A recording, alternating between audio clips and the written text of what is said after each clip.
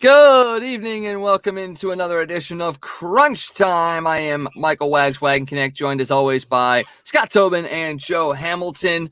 A little bit earlier start tonight because we're going to be having a special guest coming on here in just a little bit. And just like the rest of us, he kind of needs to get up a little earlier than normal during the week. So we don't want to keep him up too late. We'll be joined by Alex Ferrario here in just a little bit. But guys, before that, how are you doing today? How was your day? I know it was chilly, a little bit snowy. Roads were a bit of a mess. Scott, I know you had a lot of fun today at your job. You sent me a picture of that. But how was your guys' day?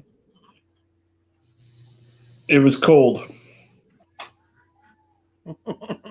Actually, Scott, send me that picture because I'd love to see it too. No, my day was pretty good. I got back from dinner about an hour ago and actually a couple hours ago. Went to O'Connell's. Actually, some of the best roast beef you'll ever have. It's world renowned. Plus, they have some great burgers. So check that out. At the entrance to the hill. You get off Kings Highway, right there. Nice. Yeah, I mean, we're always big into promoting, local businesses, especially these days during the pandemic and where small businesses are struggling to get by. Any chance we get to go and eat locally and support our restaurants, our businesses, anything locally that's maybe struggling a little bit, it's always good to get out there. So yeah, anytime you guys are out at a local place and it's good, just put it out there, build it up. And I know that Kemmels got the Barstool Fund a couple weeks ago. That's the Frank Cusimano restaurant. They got contacted by Dave Portnoy and got that Barstool Fund. That's incredible. People can say what they will about Dave Portnoy, but that is a great cause. And, it makes me think a little more of him than I actually did being a Boston fan. That's for sure. Yeah, and good news for St. Louis restaurants in general is St. Louis County restaurants get to go to 50% capacity starting tomorrow. So that's a big step in the right direction for restaurants and bars all over the area.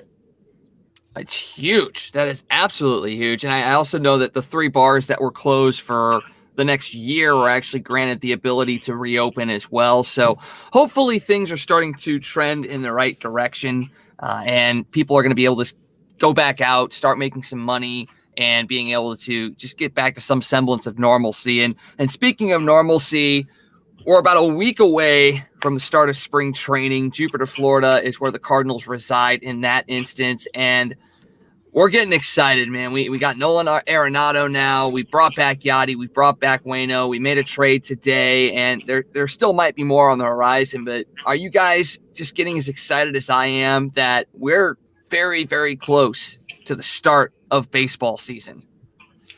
I'm a little more excited at this point this year than I was at, the start of summer camp last year. So, getting Arenado, that's huge. You have a world-class infield. A little interested to see how Tommy Edman performs at second base defensively, but other than that, you have a great infield. And it was key. If you were going to get Wainwright back, you knew Yachty was coming right behind him, right? Yeah, I mean, you hope so. And they got it done. So, yeah, it's going to be fun. Did you guys happen to see the PECOTA rankings that came out and their predictions for the Cardinals this year? Yeah, I actually talked to Theo about that yesterday. I don't know if you guys got to see that, but why is it every year they come out with these and they don't have a team over 90 wins in the National League. Or they do have one team over 90 wins in that National League, and that's the Dodgers. So it's interesting how they put these projections together. Is it just computer generated, I guess? Well, I don't care how it's generated. How do you figure that the Brewers are going to be 9 games better than the Cardinals? I don't understand. And we just I just saw this breaking as well, that it looks like the Royals are going to acquire Andrew Benintendi, which was a guy that the Cardinals had been potentially targeting before all this went down. But looks like he's heading to the Royals. That's an interesting move. Kansas City's not ready to win yet, so that's an interesting move. That it certainly is. But we don't want to keep Mr. Ferrario waiting, so we're going to be bringing him in right now. And you guys have heard him throughout the day on 101 ESPN. You hear him pregame, postgame for all the Blues games. And I hope you don't mind me saying this, but you're one of the only guys that can probably cut Chris Kerber off when he goes too long. Mr. Alex Ferrario is joining us now. How are you doing tonight, Alex? I am doing fantastic, fellas. And yeah, you're right. I might be the only guy that can do that, but it doesn't come easy cutting Kerbs off, because when he gets going, you just got to let the big man roll. That is very, very true. Before we get into the interview, I just kind of want to let you, you're a Lindenwood grad, broadcasting journalism. I'm actually attending Lindenwood currently as well for a broadcasting degree. So it's actually a huge honor to be talking to you. You're our first Lindenwood grad to join the show. Oh, well, that's fantastic. Well, it's great to always talk to another Lindenwood alum. And, that school did wonders for me. It got me to where I am right now. So you're in the right spot when it comes to broadcasting. And I love the setup you guys got for a St. Louis-based sports talk show. Oh, we've been doing this for it's going to be 3 years in July, and it's definitely something that's evolved from being two guys in a room with a table to where we are now. So we're very, very excited about this. You make it sound creepy, man. Like, come on. At least I didn't say there was like one swinging light in the background. That would have been worse. That's true. Very true. Well, we wanted to bring you on because we've had guys like Tom Ackerman on. We've had Randy Carricker on the show as well. But we have been pushing for Nolan Arenado for the last 3 years. That's kind of been our mission. Tom Ackerman, we sent him a shirt. We made one up last year that said Arenado St. Louis in the same style as the Yadi Molina, the Molina Wainwright presidential one, and all that stuff. We've been on it for the last 3 years. You've been on it for a while as well. You're like one of the only guys that was pushing it from the get-go. You were at 95% the entire time. What made you so confident that Nolan Arenado was going to come to St. Louis? Yeah, frankly, guys, I have been insufferable for my teammates over at 101 ESPN for the last 18 months. I have been Mr. 95% when it comes to Nolan. Frankly, it just made a lot of sense, because when you think about it, I mean, everything that Nolan Arenado was talking about with his frustration out in Colorado, for the way that he plays third base, for the type of player he was, for the guy that says, I just want to win, he made the most sense for the St. Louis Cardinals. Now, I will give you a peek behind the curtain. 95% was very optimistic for me. I was hoping that it was going to turn out that way, but I wasn't so sure. But, I mean, think about it, guys. I've made the comparison on the air, and I'm sure you have as well. Nolan Arenado matches what Scott Rowland was for the Cardinals of the past. I mean, very upset with his organization, Rowland with the Phillies, wanted to go somewhere where he could be the main piece and help win a championship, Rowland to St. Louis. It just made an awful lot of sense. So when you started to hear the commentary from Nolan of, hey, it's not working out in Colorado, I'd like to be moved elsewhere, the connection with St. Louis made a lot of sense. It was just a matter of making sure that they could get it done. And let's be honest, highway robbery once again for another St. Louis-based team when it comes to acquiring a superstar player in Nolan Arenado.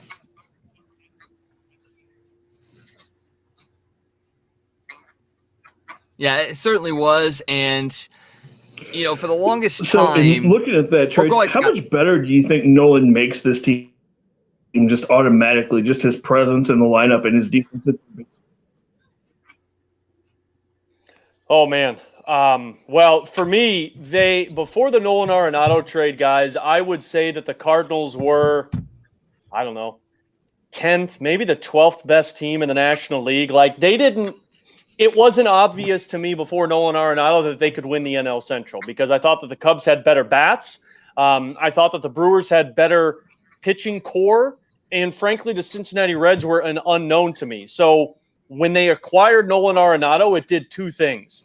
It, one, made them a for sure winner in the NL Central. Like, I joined you guys late, and I heard you both talking about the projections from baseball analysts right now, and I'm with you. I don't know what the heck these guys are looking at. Put the Cardinals as an 84-team win, because this team to me looks like a 90-team win right now with Nolan Arenado in the lineup. But it also did for me, it put them into the contention for a team that can compete for a World Series. Now, I'm not saying they're on the same level as the Dodgers, but in my opinion, there's three tiers. It's the Dodgers, it's the Padres, and then it's the Cardinals along with the Mets, the Braves, and you could throw the Nationals in there if you'd like to. But with one move, they solidified themselves as a top third tier team right now in the National League. And let's go back to that front office part that you mentioned in the first question. Did this trade kind of put that Cardinals front office back kind of in the running for best front office in St. Louis? Because what Doug Armstrong has done for the St. Louis Blues has been just absolutely incredible with Braden Shen and Ryan O'Reilly and everything he's done.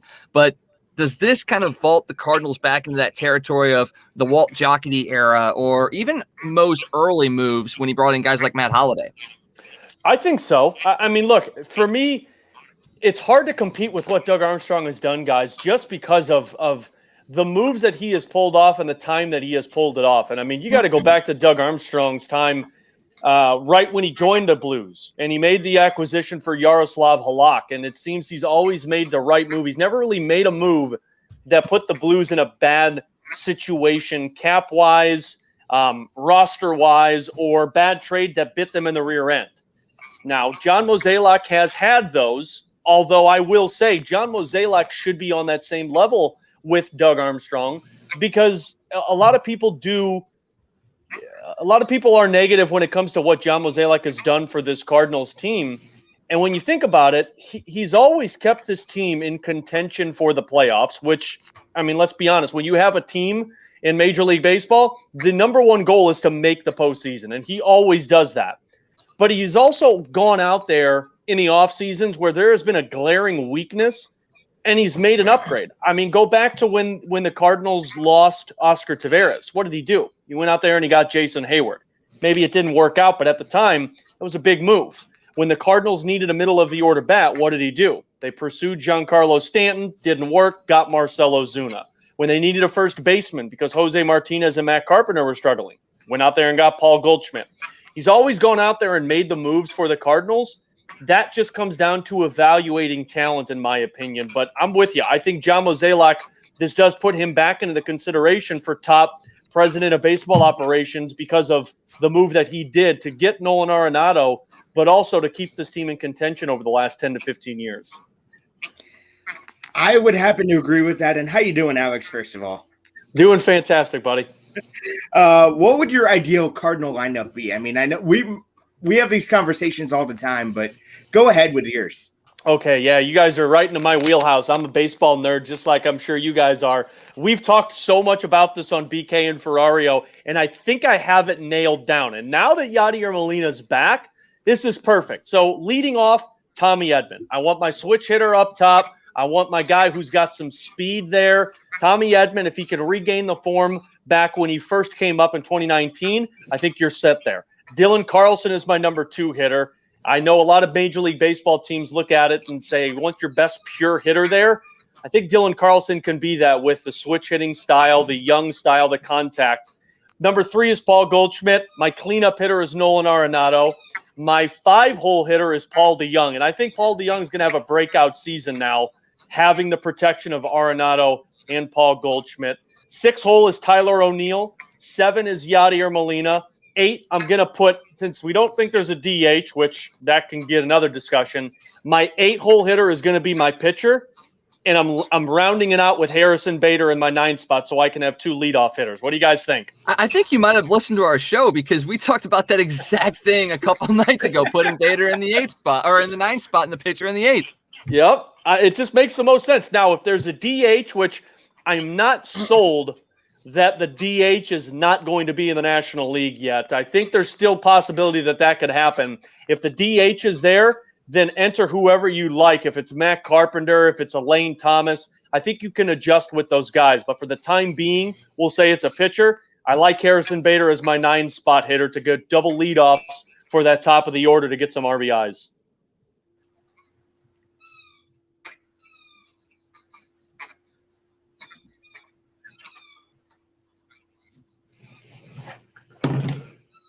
So do you feel that Bader, O'Neill, and Carlson are your starting outfielders going into the season, and are you comfortable with those 3 as your outfielders?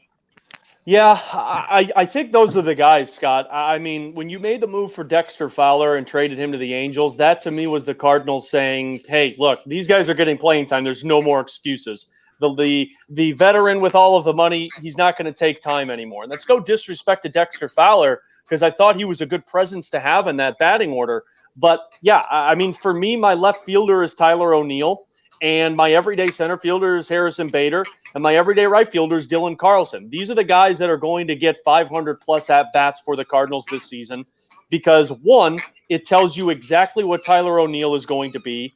Two, I think it gives Harrison Bader that leeway that he really hasn't gotten in the past, and I understand everyone yells at me that, oh, this guy's already had 1,000 at-bats. What are you talking about?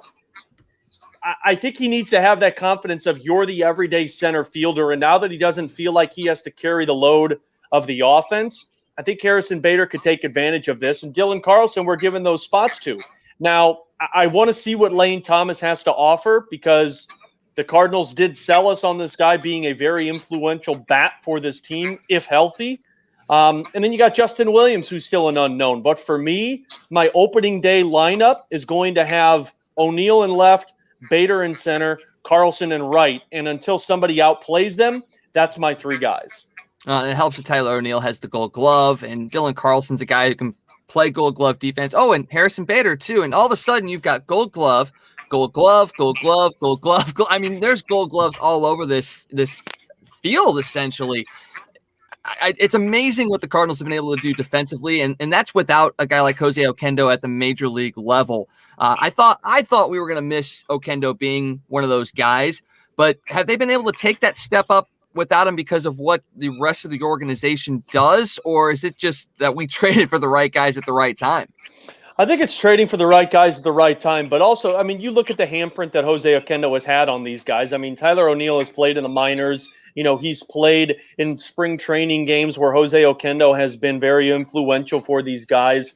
Harrison Bader came up through the system. Dylan Carlson has come up through the system. The same can be said for Paul DeJong and Tommy Edman. So, you know, Nolan Arenado and Paul Goldschmidt speak for themselves. We don't need to talk about their Gold Gloves, but the two middle infielders and then the three outfielders, these have all been born and bred basically in this Cardinal system. So I think that has a lot to do with it. You know, Jose Oquendo, of course, has a major piece into this, but don't discount what Mike Schilt has done for this team.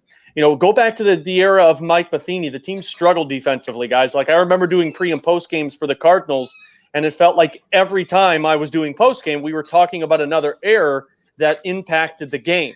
Well, when Mike Schilt took over, he did two things. He tightened up the defense and he played the old school Whitey ball of speed on the base paths and making the right decisions. So as much as Jose Oquendo has had an impact on the Gold Glove and the defense of this team, also take into consideration what Mike Schilt has done because he has put a big impact and focus on those guys, making sure that they maintain their defense and that pitching and defense wins games for the Cardinals. Do you still think the Cardinals add a starting pitcher in this offseason, or do you think they're set? You know, Joe, I for a time there, I was thinking that they're going to go after Jake Odorizzi, but then the more I thought about it, I don't understand why you would. Now, I get it. You want depth, you want protection in your pitching, but the Cardinals are awesome at pitching, right? Like, this has been the Cardinals' thing since I was a young kid. They know how to grow and draft these guys. So for what Jake Odorizzi is projecting to make, and I think they've talked somewhere between like 2 and 24 or 3 and 45. To me, that's just a little too much for a guy that's going to be 3, 4, 5 in my lineup or in my pitching rotation. It's set right now. Jack Flaherty's your number 1. In my opinion, KK's your number 2. Miles Mikolas is your 3. Adam Wainwright is your number 4.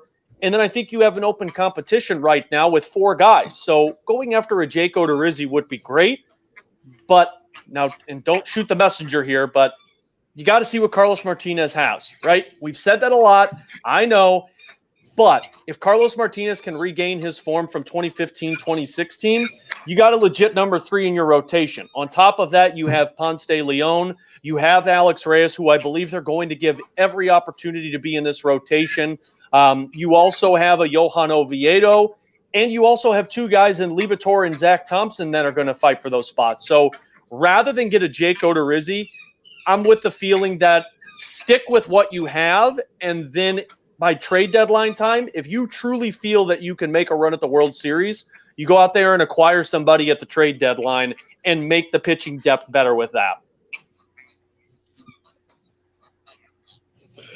So talking about the rotation, do you think they go with a 5-man rotation, or do you think they try a 6-man and maybe stick a Reyes or a Ponce or somebody in there to try to split up some of those innings?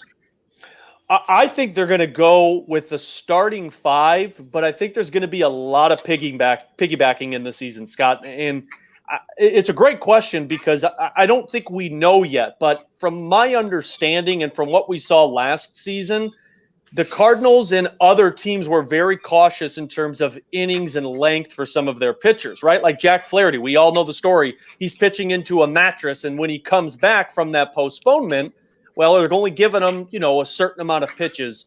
So I think the plan would be to start with a 5-man rotation, but Alex Reyes is going to be implemented into that. He might be that piggyback guy for a Jack Flaherty or for a Carlos Martinez. Ponce de Leon is going to be getting those reps with the rotation because it's another one of those guys of let's see what they have, which I feel like needs to be a tagline for the Cardinals this season. Even with Nolan Arenado, let's see what we have. But I don't know if you can bet on a 6-man rotation, but I would say plan on seeing 5 main guys and then seeing the other guys in the depth get those opportunities to piggyback and jump in because this is going to be a very intriguing season when it comes to doubleheaders and squeezing games in once again in the COVID era. Do you see any moves being made at all before spring training? If there's any moves, it's going to be spring training non-roster invites. Now, they made the acquisition today of the 6'9" reliever from the Phillies, which again is just supplying your basically strength, which is pitching. Maybe they pull off a couple of moves like that. They have 2 spots open for the 40-man roster. I do know that John Mozeliak likes to have a little bit of wiggle room in case something happens and you got to move guys up or down. But in terms of moves, I don't expect to see any names that kind of make people's head turn like, oh, wow, the Cardinals are doing something. It's going to be more depth for this team. Mozeliak said yesterday in his press conference with the Yadier Molina signing that he likes what this team looks like, but don't be surprised if there's a couple of other names that get an invite to Jupiter to go out there and kind of compete with the rotation, with the offense, or possibly in that bullpen. All right, now we've talked a lot about the Cardinals. You were with KMOX. You got to cover the Cardinals while you were there. You ended up moving over to 101 ESPN when the Blues moved over. What was that transition like, and how much has your life essentially changed since that move? Yeah, that's a great question, guys. Man, KMOX was, that was my start. To give you guys a quick backstory, I was at Lindenwood as a third-year college student because I did 2 years of junior college, and I had my introduction to Chris Kerber as a booth assistant. So at the time that I was a booth assistant for the Blues, Chris Kerber introduced me to KMOX, and I got an opportunity to be a producer there. So, you grow up in a place like that. You learn from some of the greats like Tom Ackerman and, getting to work with guys who have a legacy at KMOX. It really builds your respect for what you're doing. And frankly, I wrapped it all up with a Stanley Cup championship, which, you can't complain about that at all. And I didn't expect to see that coming. But, of course, when the news broke that the Blues were going to be transitioning over to 101 ESPN, I had the conversations with KMOX and I had the conversations with Chris Kerber that, I want to continue with the Blues. I love what I'm doing. I wanted to continue my career. And at KMOX, I was the weekend guy. I was the fill-in host for the full-time guy. So this was my opportunity to not only follow the Blues and be the main game guy, but it was also an opportunity for me to be on air more. So it was the right step at the right time. I don't know if my life has changed very much other than now I have a midday show on ESPN radio, which is like a dream come true. But, it's still one of those things that, it's not a job for me. It's a passion. It's a love. So much like KMOX, when you're waking up at 5 a.m. and going in to produce or do sports reports or working till 2 a.m. when the Blues win a Game 6 in the Western Conference Final, excuse me, it was one of those things that it never got old. So the opportunity to move over to 101, the hours are a little different. I'm not working weekends anymore other than when there's Blues games. I'm on Monday through Friday from 11 to 2, so that's a little bit different for me. But, Otherwise, it's the same old, same old. Still covering the team that I grew up and loved, and getting the opportunity to be on air in my hometown, which truly blessed with that opportunity.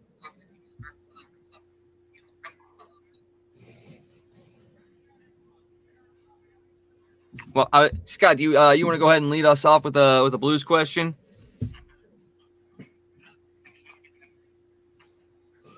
Yeah, sorry. I'm a little delayed behind you guys, having a little technical issue. I apologize for that. I'm just going to jump in. We're going to jump in. We're going to jump in and talk a little bit about Justin Falk and how much better he's looked this year. Do you think even this year is just the fact that he feels comfortable? You know, that last year he was trying to fit into to a new organization, and now he feels comfortable and feels a part of a team. Do you think that's what we're seeing? Yeah, without question. And it's unfortunate. Backstory for you guys. I have a baby on my way, so that's why I have this bushy beard. If it wasn't, I would have a Justin Falk mustache right now because this guy has been incredible this season for the Blues. But you nailed it, Scott. I mean, Justin Falk last season was not comfortable. I mean, I did this a lot, and I talked about this a lot on the postgame. Put yourself in his shoes, where you were drafted by a team. You basically were in the same system your entire career. And then a couple of weeks before the season begins, you're traded to the team that just won the Stanley Cup. Not only are you traded to that team, but you are the only new face in that locker room. And the guy that was traded for you was a mainstay in that locker room, and Joel Edmondson. So Justin Falk already getting off to the foot of, oh, hey, I got to really kind of acclimate myself. And then he gets a contract extension where everyone is comparing him to Alex Pietrangelo. That's not going to be an easy thing to do.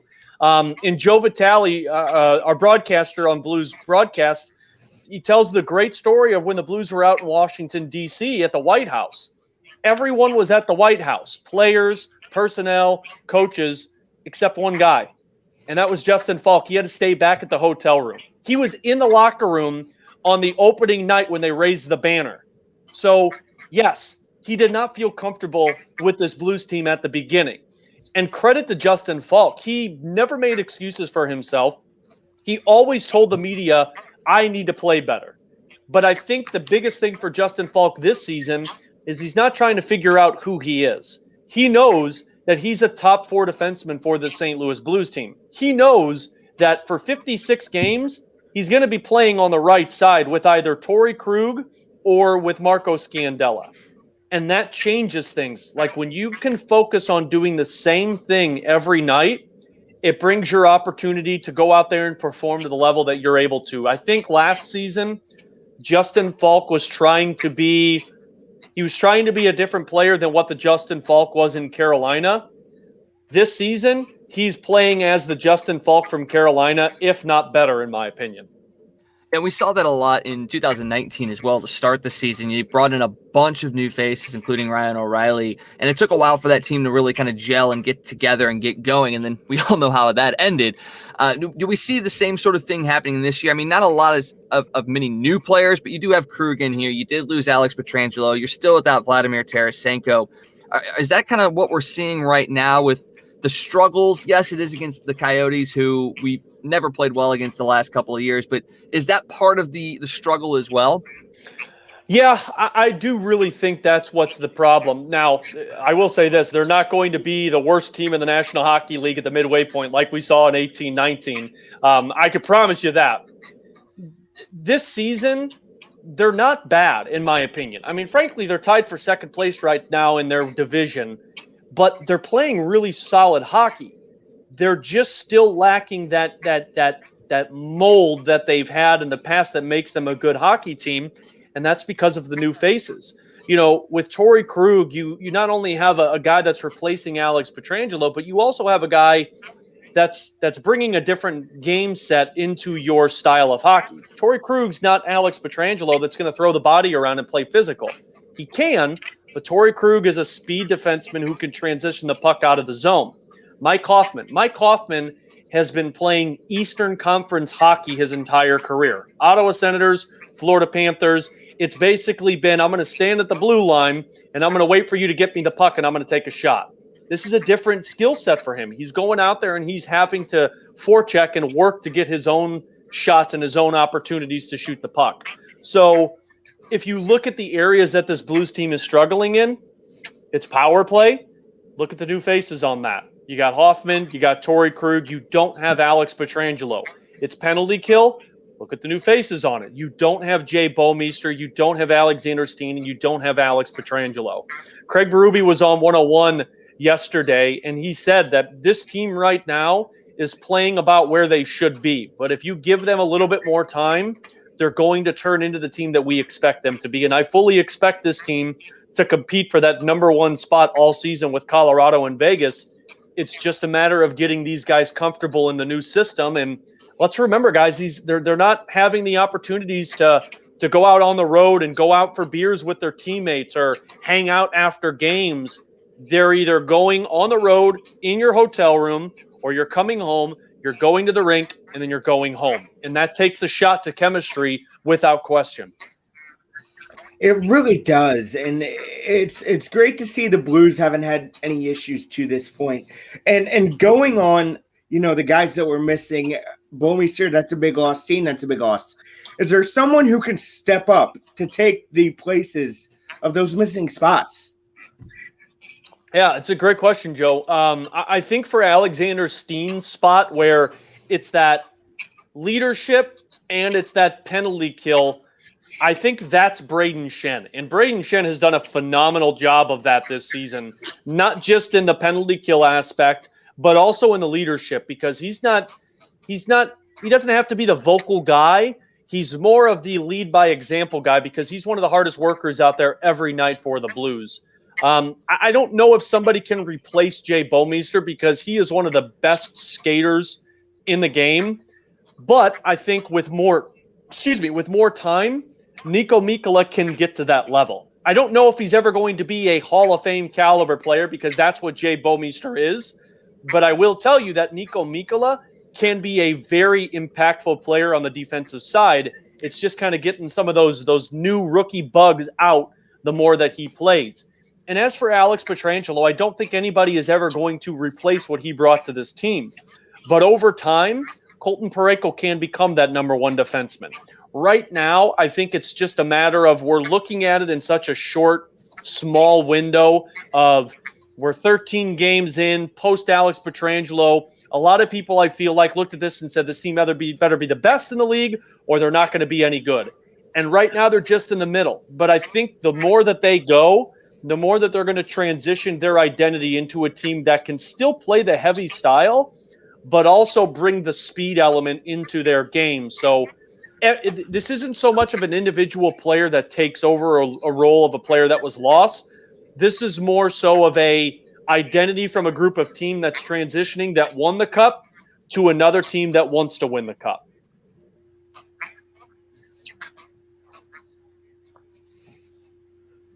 So we've seen a different Jordan Kyrou emerge this year on the ice. Do you think he's just gotten comfortable in the system and kind of taken what Ruby has tried to teach him to heart and kind of matured? Or do you think there's something else that's causing him, and do you think he can keep up all year? This is the part I'm so frustrated with, because I wish I could be in the locker room and talking with these guys, because Jordan Kyrou had great conversations with him last season in training camp. And, he was stunted with that knee injury last season from the AHL the year prior, to where he basically was a month late into the start of the season, if I'm not mistaken there. So I think health has a lot to do with it. But look, Jordan Kyrou was told at the end of the season, you got to be stronger on the puck. You got to be smarter in your own zone, and you need to build some strength. And guess what he did? He went into the offseason. He put 8 pounds of muscle on. He focused on the defensive aspect of his hockey game, and he emerged as a reliable scoring winger. He's always had this capability in him. It's just that transition from junior hockey to the AHL to the NHL. So I don't think anything really changed for Jordan Kyrou. I just think it was kind of a wake-up call from the amount of time that he played last season, where if things didn't go well, he was benched. And remember, he was doing that on the fourth line for these guys. It's not like he was playing with Shannon Schwartz last season. He was playing with Ivan Barbashev and Oscar Sundqvist and Tyler Bozak. And that's no disrespect to those guys, but it's a different role. So I think right now for Jordan Kyrou, it's one, he has the confidence that he can do this at the NHL level, but two, he's on the ice with very responsible players in Shen and Schwartz that can find that available ice for him, but also allow him to play his game. So Jordan Kyrou has always been this player. It was just a matter of when he's able to kind of bust out of that shell that he's been in. All right, so you said Jordan Kyrou basically was told what to do, and he went in the offseason and he did it. We've seen Colton Parayko year in and year out have something he needs to work on, and he will go out and improve that the following year. We've seen that for them. Vince Dunn is a guy that's been with us now. This is his 4th full season, and the same gripe continues to come up with a guy like him. Is that he's just not able to improve on that? Is it a maturity thing? And if that's the case, are we very long in seeing Vince Dunn in a Blues uniform for the rest of the year? Yeah, we've heard the rumors with Vince Dunn, which wasn't surprising to me because, look, let's be honest. They do have a little cap space issue right now when it comes to Tarasenko returning, and they're going to have to open up about the exact same money that Vince Dunn makes. But I also think when it comes to Vince Dunn, he had a really strange offseason, guys. I mean, his agent kind of set him up poorly to where he was supposed to be a restricted free agent and make more of a money, but he didn't get it. It was this one gap year where he basically was under the Blues' control, so he either signed or he wasn't going to play hockey. But then on top of it, he not only saw the Blues give a contract to Scott Perunovich, who plays essentially the same style as Vince Dunn, but he also sees the Blues go out there and get Justin Falk the year prior and then sign Torrey Krug, who all play a very similar style. So I think for Vince Dunn, there's a little bit of looking over the shoulder of, oh, man, I got these guys coming up behind me. I got these guys I got to compete with. Where do I fall into this team? But I also think it comes down to just him maturing more as a player. Because if you look at it, 2 years ago when they made that cup run, that was his best season as an NHL defenseman. And that was his second year in the league. Last season, he digressed a little bit for the Blues, but he took on more of a responsibility of being a top defenseman who was getting more minutes. And in this season, it's been the same thing. So I don't know if they're going to trade Vince Dunn because you need defensemen in the NHL like Major League Baseball, you need pitching. So I don't know if you want to move on from a Vince Dunn and then if for something happens, you're stuck with a Jake Wallman or a Scott Perunovich and not have that depth. But if Vince Dunn doesn't play to the level that the Blues are hoping for, then they might have to move on from him. So really it comes down to what Vince Dunn does. If he turns himself into a top 4 defenseman, then guess what? You don't have to move on from him because he's cheap, he's cost controlled, and he's essential to your team. But if he doesn't outperform guys like Justin Falk, Torrey Krug, Colton Parayko, then he not only falls into the circumstance of do you have to trade him when Tarasenko becomes available, but he also falls into the hole of what happens once this expansion draft starts. So I think there's just a lot going on for Vince Dunn right now, and it's more of a maturity thing of him just understanding what his role needs to be for the Blues moving forward. Klim Kostin is tearing it up over the last week in the KHL. He would have to quarantine for a few weeks since he's coming over from overseas. Do you see the Blues bringing him over, or do you think he has to prove a little bit more? Yeah, what's he got, like 8 points in 2 games, 8 points in 3 games? Like, that came out of nowhere because I've been talking about him on our intermissions as what's Klim Kostin doing? Not a whole lot. I think he had 2 goals in like 13 games. I think for right now, and this is just my opinion, I have no insight on this, I think the Blues are going to let him play out the rest of the season in the KHL. If they had the Springfield Thunderbirds, their AHL affiliate, playing, I think he would have been here this season. But because it's the Utica Comets that they're lending their prospects to, you don't need Klim Kostin sharing ice time with Vancouver Canucks prospects. You need him playing and playing top 6 minutes. That's what he's getting in the KHL. So I know people right now are frustrated with, well, this team's not scoring enough and their power play stinks. And how do we get more depth from the bottom 2 lines? Well, Klim Kostin helps. He might. But right now, we already have an issue of finding out where Mike Hoffman's going to play. So if you bring Klim Kostin over here and put him on the 4th line and play him 9, maybe 10 minutes, I don't think that gives him an opportunity to grow. let's all remember that he is still 21 years old. That is still a kid right now in the NHL. So if I'm the Doug Armstrong and I'm the Blues, finish out your season in the KHL, play top 6 minutes, be a top winger for this team, come over at the end of the KHL, quarantine, play on the Utica Comets for a little bit, and then once we get closer to the postseason, if we need help, Klim Kostin's the guy. But for right now, I think I'd leave him over there, especially if he's tearing it up. Give this kid the confidence that he needs before he comes back over to North America.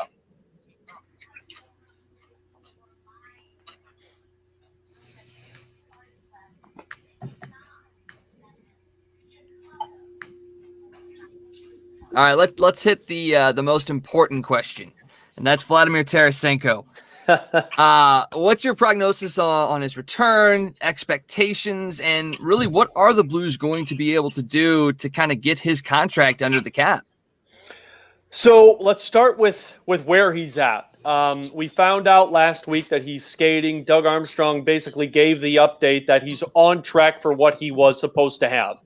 Reevaluated in February, which would have given him another month. About March is what we were looking at for Tarasenko. I think from what the Blues are telling us and the fact that he's on the ice and he's taking minimalistic shots, he's passing the puck, he's just kind of getting the field down, he's on track to come back in March. Now, expectations for Tarasenko, if I'm the Blues, I'm not rushing him back. I'm telling Tarasenko, wait until you are 110%, because you don't need to happen what happened in the bubble last season, this season for Vladdy. So I think the Blues are going to be very cautious with where Vladimir Tarasenko's at. I wouldn't be surprised if we're looking at middle to end of March before Tarasenko comes back onto the ice. Now, that's with the understanding that he gets reevaluated and things don't amp up and progress better than what they are right now. Expectations, I expect him to be the same Tarasenko he was before all of this. I know everyone talks about, well, it's the same shoulder. He's had shoulder injuries for 3 straight times now. To me, that doesn't matter. Like, you don't come back from an injury unless you're 110% ready to go. Now, does that mean he's not going to look like the same guy? Maybe. I've never dealt with a shoulder injury, let alone been a pro NHL player. So maybe he doesn't look like the same player. But my expectations are when Tarasenko comes back, he's going to be top 6 winger. He's going to get top 6 minutes. And he's going to be back and resort back to the 30-plus goal scorer that he once was. It's just a matter of how this recovery process is going. We can only go off of what he's telling us. And the last time we spoke to Vladimir Tarasenko, he said everything was feeling great. The surgery went well. He expects to be back at 110%. And I'm going to take him for his word because Vladimir Tarasenko has always been a workhorse for this Blues. I think he's going to be very impactful when he gets back into the lineup for the team at the end of the season and going into the postseason. We started playing the Coyotes on Groundhog Day. That's hilarious in itself. Will this nightmare ever end? Yeah, you talk about irony, playing them on Groundhog's Day, and it feels like freaking Groundhog's Day with these guys. Well, I hope it's going to end because, frankly, I'm getting sick of seeing the Arizona Coyotes. And frankly, I'm sick of them taking points away from us. But I think this is a good thing for the Blues because they're still kind of in this purgatory of trying to figure out who they are. They're trying to regain their identity as a hockey team. And I think Arizona is giving them an opportunity to say, hey, this is what you used to look like, right? Like Arizona is basically showing the Blues how the Blues play hockey. And the Blues just aren't putting it up to the same level as them. So as much as we don't like them playing the same team as many times as they're playing them, I think the Blues are going to be better for these final 3 games in Arizona. Blues, 1, always seem to play better on the road, but 2, they now understand what Arizona is presenting to them. So this is going to be an intriguing matchup because if Arizona continues to steal points away from the Blues, they're going to be digging themselves out of a big hole because you're done playing these guys other than one more time after Monday afternoon. Like you have one more game in April against them. So if I'm the Blues, I'm focusing on evening up this series with 3 wins on the road and then planning on possibly seeing these guys in the postseason, which I know people are a little afraid of, but I think the Blues right now are trying to get back to their style, and Arizona's just falling in the middle of this worst time for them. Well, we looked at it. I'm part of another podcast, Blue Notes Pod, and we talked about this before the season that Arizona and Nashville are the only two teams in the Western Conference that the Blues have got a negative goal differential against the last 3 or 4 years. So they seem to be a thorn in the Blues side. Yeah. We also looked at the schedule when this season started, and we were pretty happy about the way they set it up with the 2 games to really prevent the COVID outbreak. But we're starting to see more and more teams affected by COVID. This 7-game series is something that I actually thought we might have seen going into this season, where you keep a team in one area, get these knocked out, get it out of the way. If there is an outbreak, it's only affecting 2 teams. First off, do you think that might have been the better way to go?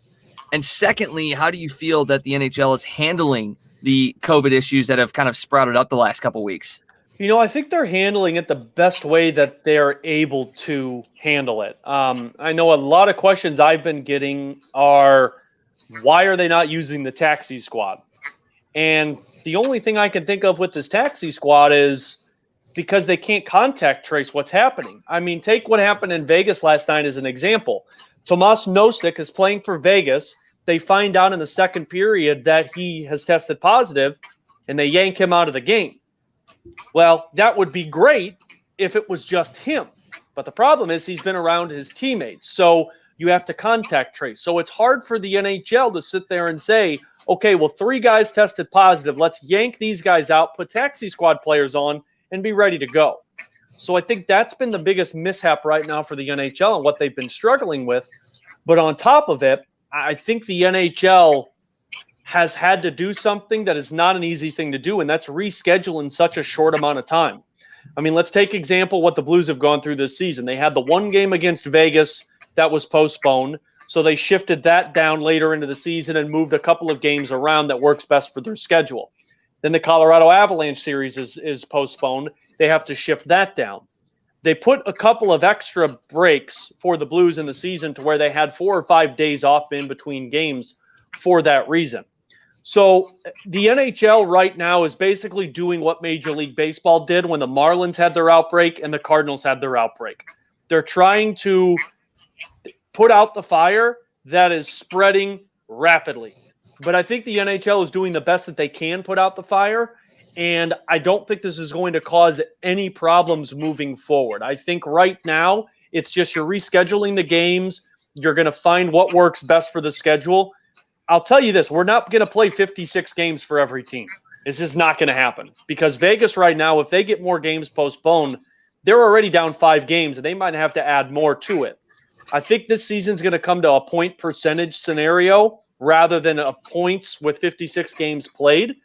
But I don't think this is going to be a hiccup at all for the NHL of getting this season accomplished because every league has gone through this. Major League Baseball, the NFL, the NBA, college sports, and they found a way through it. Right now, I think the NHL is just trying to navigate through what they didn't even know how to do or handle in the first place.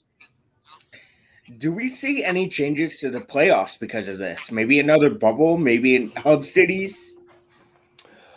No, because frankly, the players won't agree to a bubble. I mean, that was number 1 on their to-do list before they agreed to return this season was we're not doing any more bubbles. Hub cities, maybe, but I mean, if you look at a postseason, technically they're hub cities anyway, right? Like you're going to have 16 teams in the postseason. They're not going to expand it this year. It's just going to be 16 teams.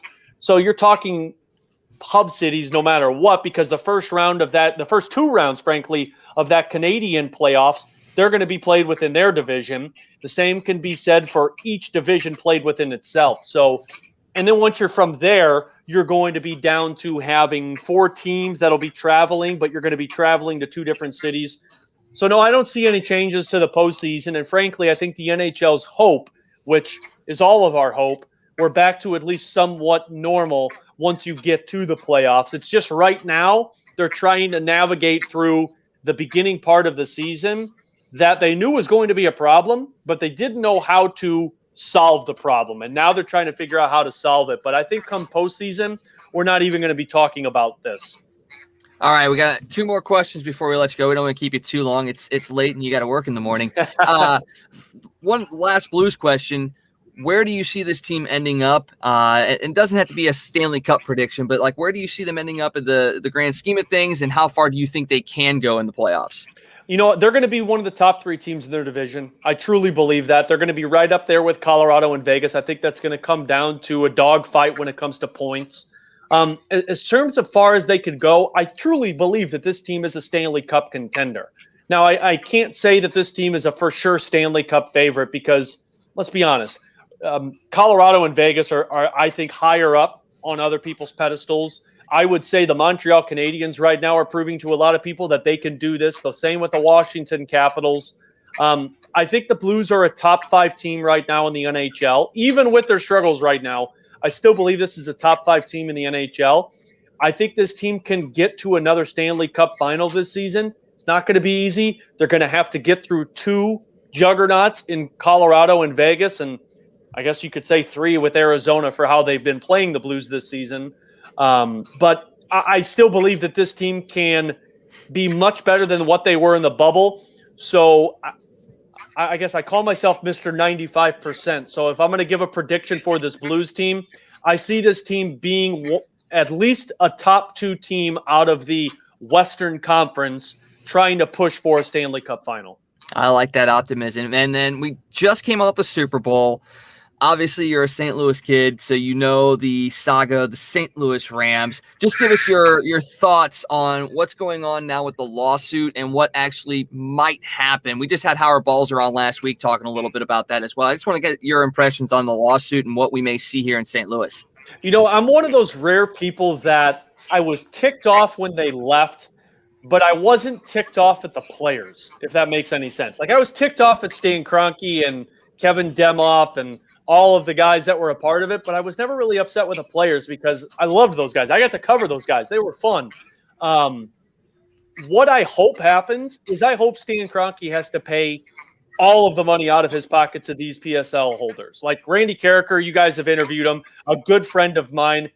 I love seeing the satisfaction from a man like that sees what Stan Kroenke did to the city of St. Louis. So what I hope happens is they have to pay back every penny that they go through. And frankly, I hope that there's a little embarrassment that goes with it for Stan Kroenke, that he gets looked at in a different light when it comes to the NFL.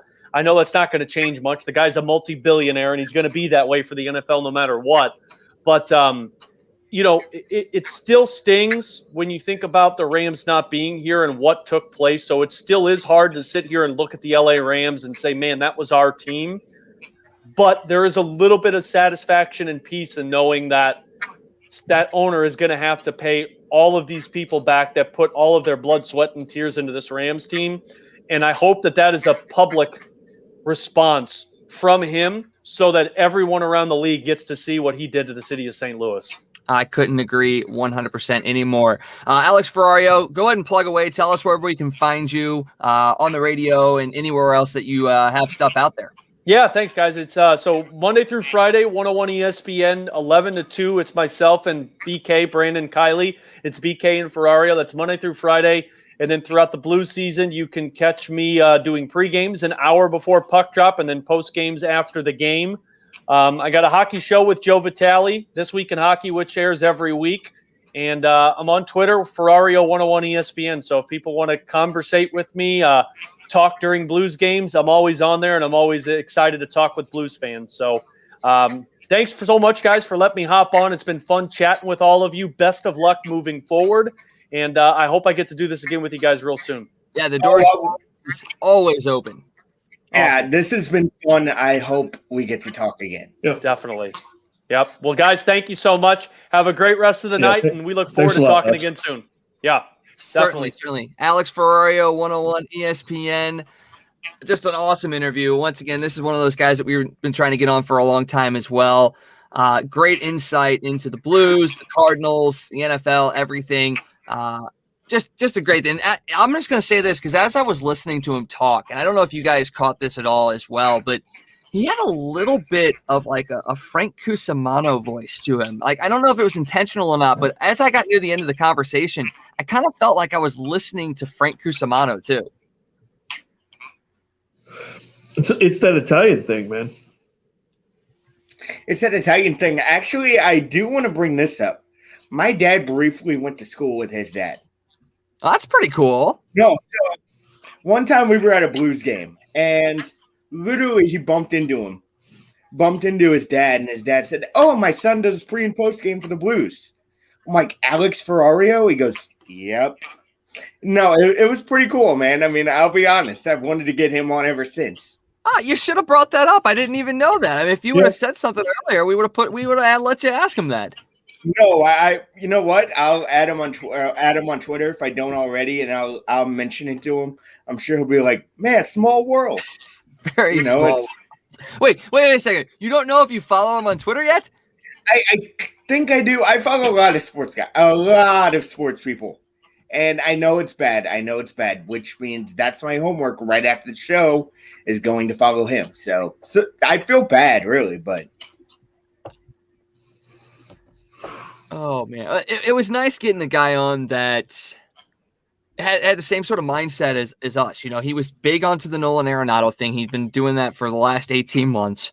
When he answered that Rams question, I was the same way. I did not hate the players. I hated Stan Kroenke. I hated the organization itself, but I did not hate the players. And then his mindset of the Blues as well. I mean, it really tracks exactly along the same train that we are rolling down right now. Yeah, it was a great conversation and definitely had a lot of the same viewpoints on things. Man, there's like-minded people, and then there's Ferrario and us. It seemed like we agreed on everything. And he sounded as much of a fan as he was a broadcaster. And that's what people got to understand. We go into this business because we're fans at heart. And it just makes it that much more passion when you go on the radio, go on the air, go on a podcast, whatever.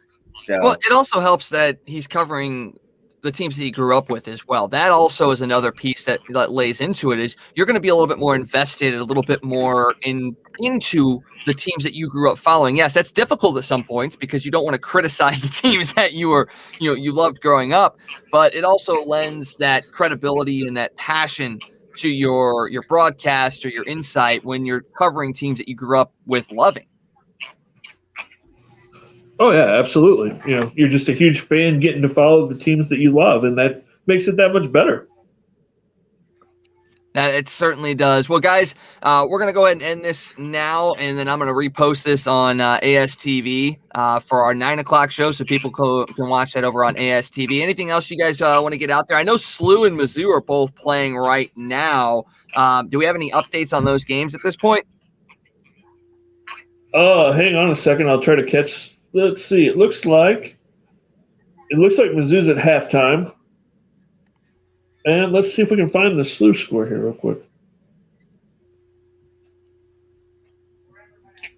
It looks like they're both at halftime. And I'm not getting a score because they're on commercial breaks. Okay. Well, I just pulled up ESPN. It looks like SLU is up 27-21 over Rhode Island at half.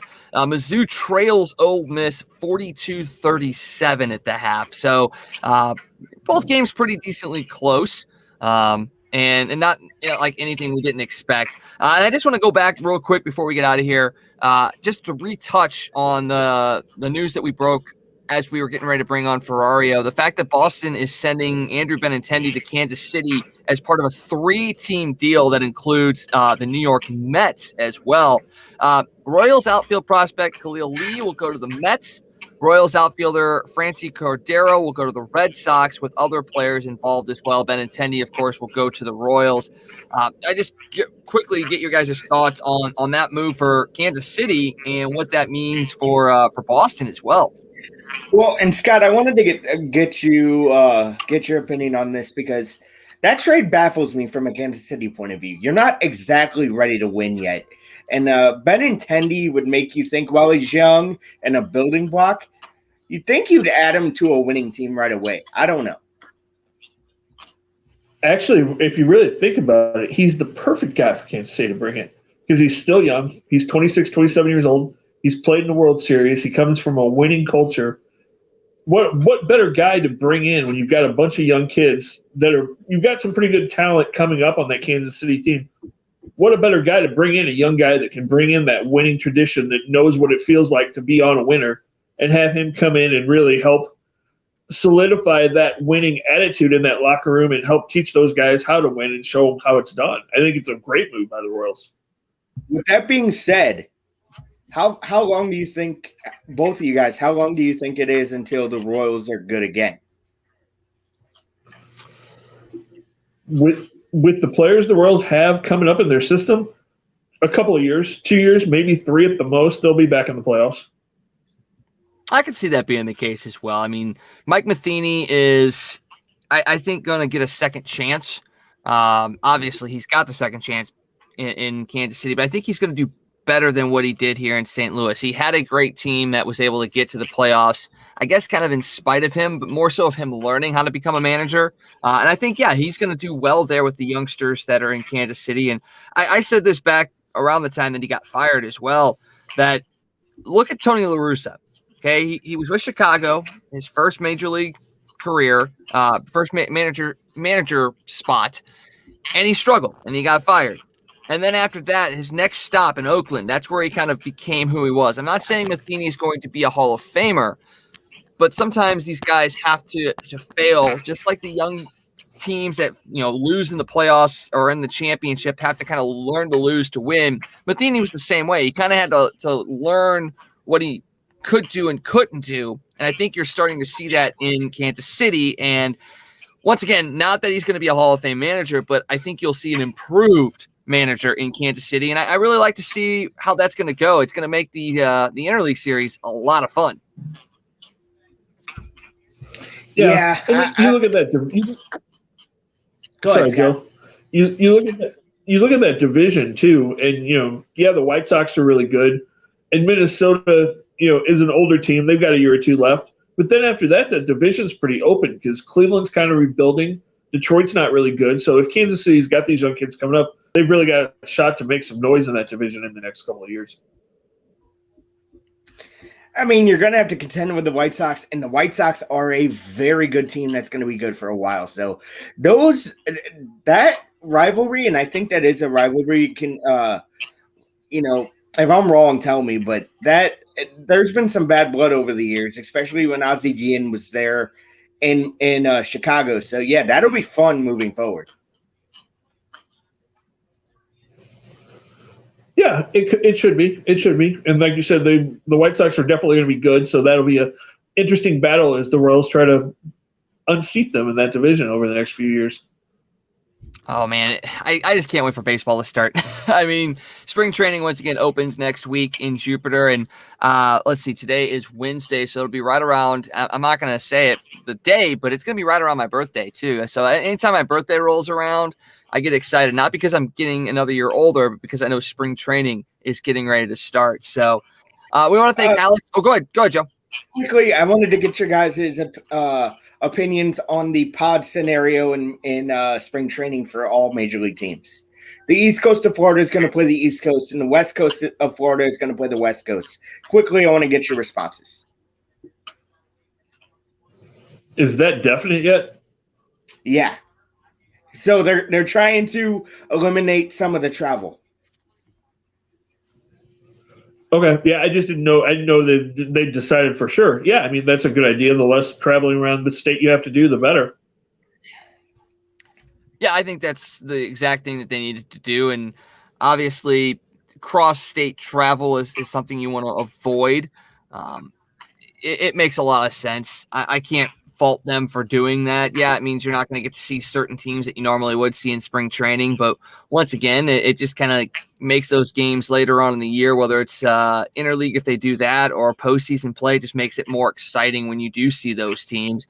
So yeah, I'm not going to be disappointed. It's spring training. It's not about who you're playing. It's about what you're doing in spring training and getting yourself set for the regular season.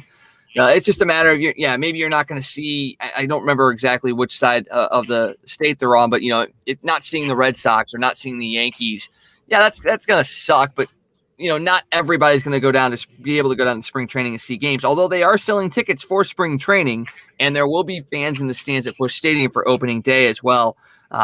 It's going to be really interesting this year. I'm very excited for it.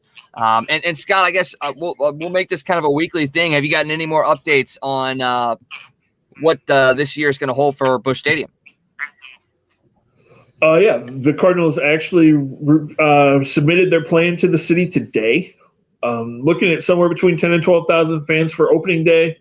It'll stay kind of like that probably most of this, until things really open. Probably 10 to 12,000 fans until we get the all clear to open up to 40,000. But yeah, there should be in that 10 to 12,000 range on opening day, hopefully, and at least that's a fourth of the stadium anyway.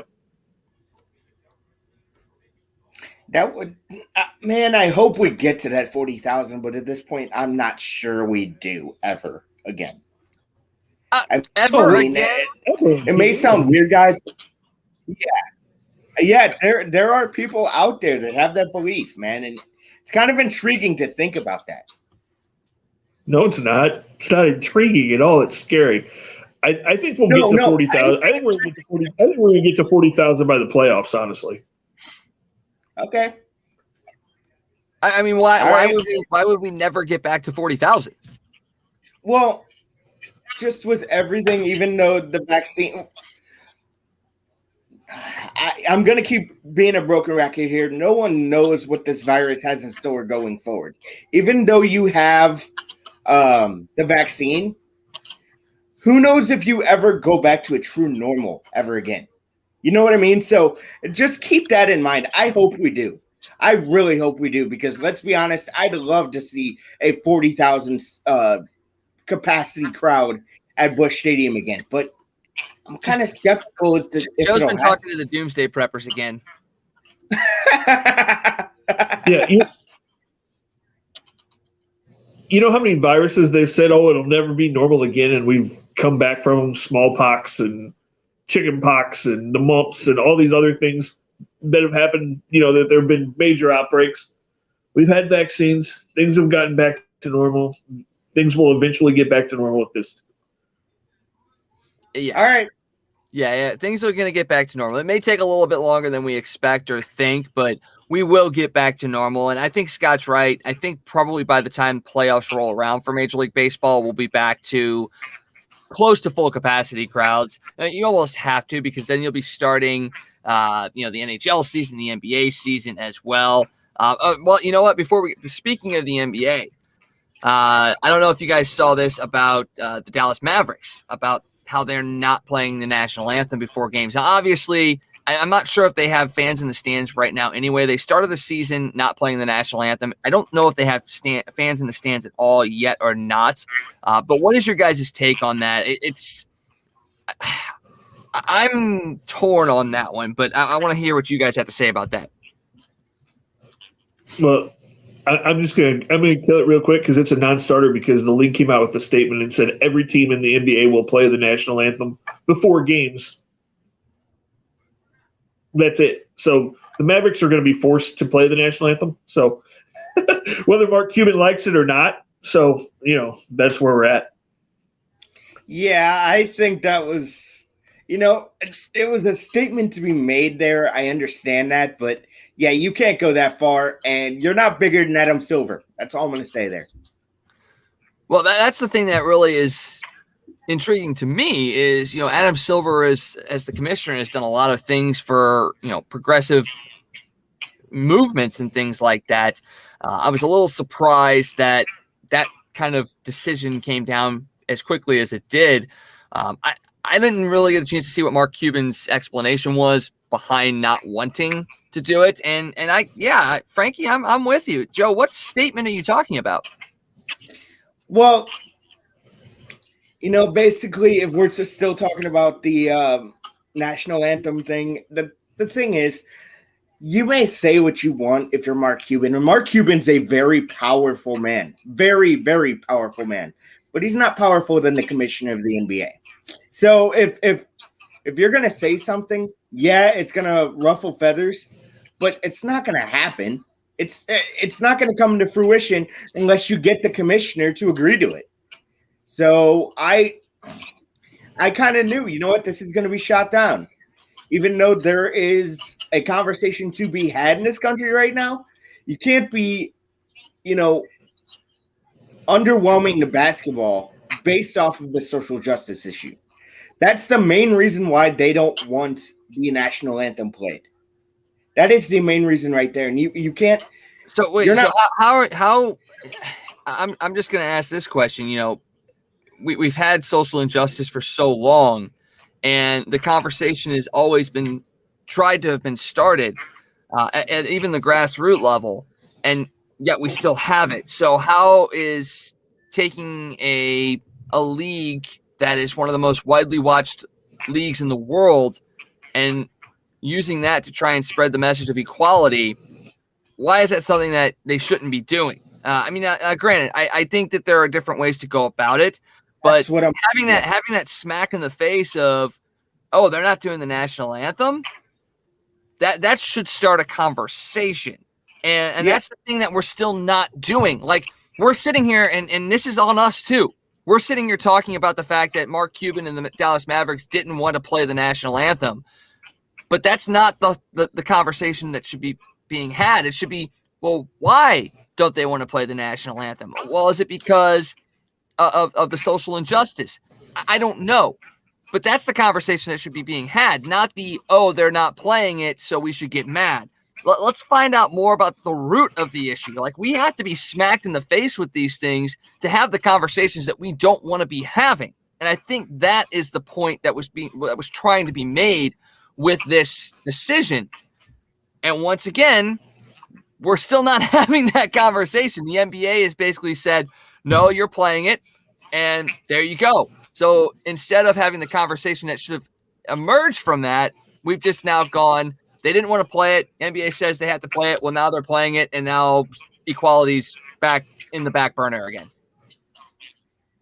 Again, it comes down to the backlash that the NBA is going to get if you do that.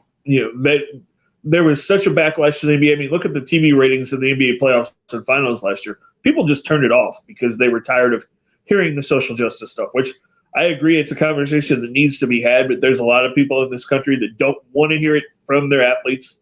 They don't want to hear it they don't want it thrown in their faces like that.